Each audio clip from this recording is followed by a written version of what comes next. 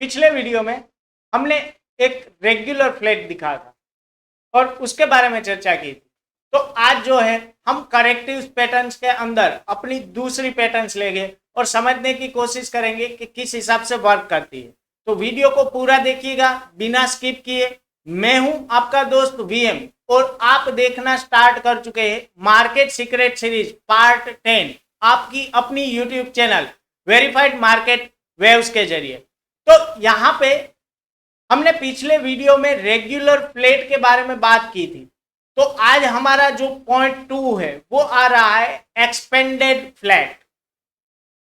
तो आज इस वीडियो में हम एक्सपेंडेड फ्लैट के बारे में चर्चा करने वाले हैं और समझने वाले हैं कि किस तरीके से ये हमें चार्ट पे दिखता है और हमारी साइकिल्स के अंदर कहां पे ये हमें देखने को मिलता है।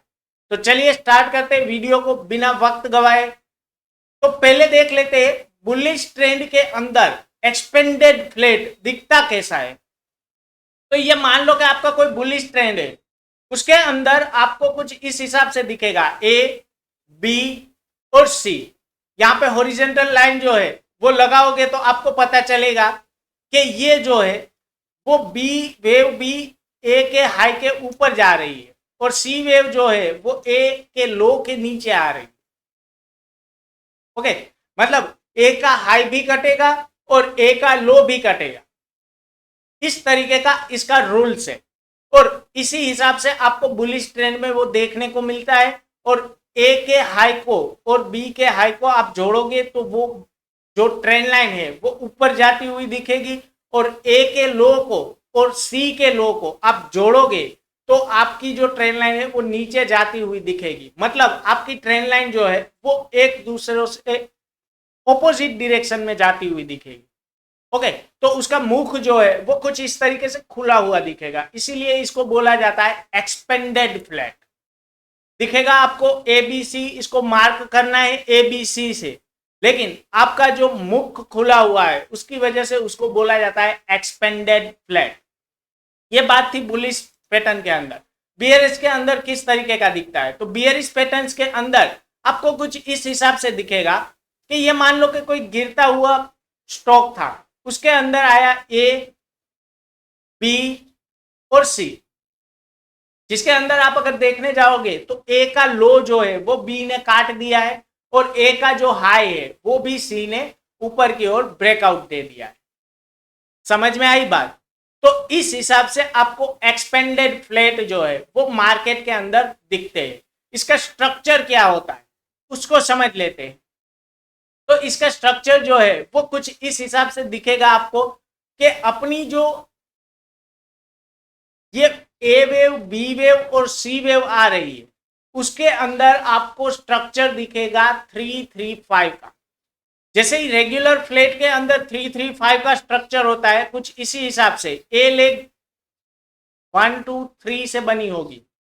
मतलब ए वेव जो आ रही है उसके अंदर 3 लेग होगी, बी वेव जो आ रही है उसके अंदर भी 3 लेग होगी और सी वेव जो आ रही है उसके अंदर 1 2 3 4 5।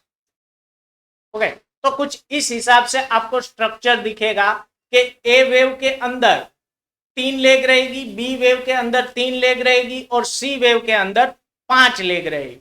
अवरली चार्ट पे आपको सीधा एबीसी एक्सपेंडेड दिखेगा। अगर वही चार्ट आप 15 मिनट या 10 मिनट पे देखोगे तो आपको पता चलेगा कि उसके अंदर 335 का स्ट्रक्चर। समझ में आई बात? इसी तरीके से हम बियरिश ट्रेंड के अंदर देख लेते हैं कि किस हिसाब से इसका स्ट्रक्चर दिखता है। तो अगर मान लो कि यहाँ पे कोई बियरिश ट्रेंड है और उसके अंदर एबीसी एक्सपेंडेड बना है तो इसके अंदर भी क्या होगा, ये जो ए वेव है अवरली चार्ट पे कुछ इस तरीके से दिखेगी आपको, लेकिन 10 या 15 मिनट का चार्ट करोगे तो पता चलेगा कि उसके अंदर 3 लेग है, बी के अंदर 3 लेग है और सी के अंदर 1 2 3 4 5। समझ में आई? तो इसे बोला जाता है 335 का स्ट्रक्चर।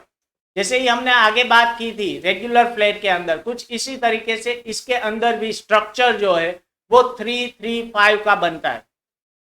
समझ में आई बात? ओके, ये दिखते कहां पे है सर?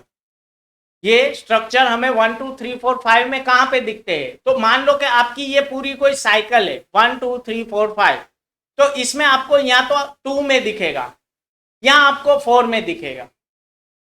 समझ में आई बात? या आपको दिखेगा बी में भी हो सकता है। ओके, तो यहां पे आपको ध्यान में ये रखना है कि मान लो कि ये आपका पूरा 1 2 3 4 5 ये हो गया वेव 1। ओके, यहां पे हो गया वेव 1, ये पूरा एक स्ट्रक्चर बन गया। तो अगर आप देखने जाओगे ना तो यहाँ पे मैंने बी वेव्स के अंदर जो है वो आपको एक्सपेंडेड फ्लैट दिखाया है। एबीसी का जो करेक्शन हुआ, दूसरी जो लेग लगी उसके अंदर एक्सपेंडेड फ्लैट है। समझ में आई? ये बात हो गई बुलिश ट्रेंड की। बियरिश ट्रेंड में किस हिसाब से दिखता है? तो बियरिश ट्रेंड में कुछ इस तरीके का आपको देखने को मिलेगा। मान लो कि ये कोई बियरिश ट्रेंड है, उसके अंदर या तो आपको यहाँ पे 2 में दिखेगा, 4th में दिखेगा या आपको बी में दिखेगा। ओके, और ये अगर मान लो कि आपका पूरा साइकिल 1 है और ये आपका 2 है, तो ये जैसे कि मैंने यहाँ पे बताया कि 2 में दिखेगा, उसी हिसाब से आपको ये जो पूरा पैटर्न दिख रहा है ना एबीसी का एक्सपेंडेड फ्लैट है, वो 2 में आया हुआ है।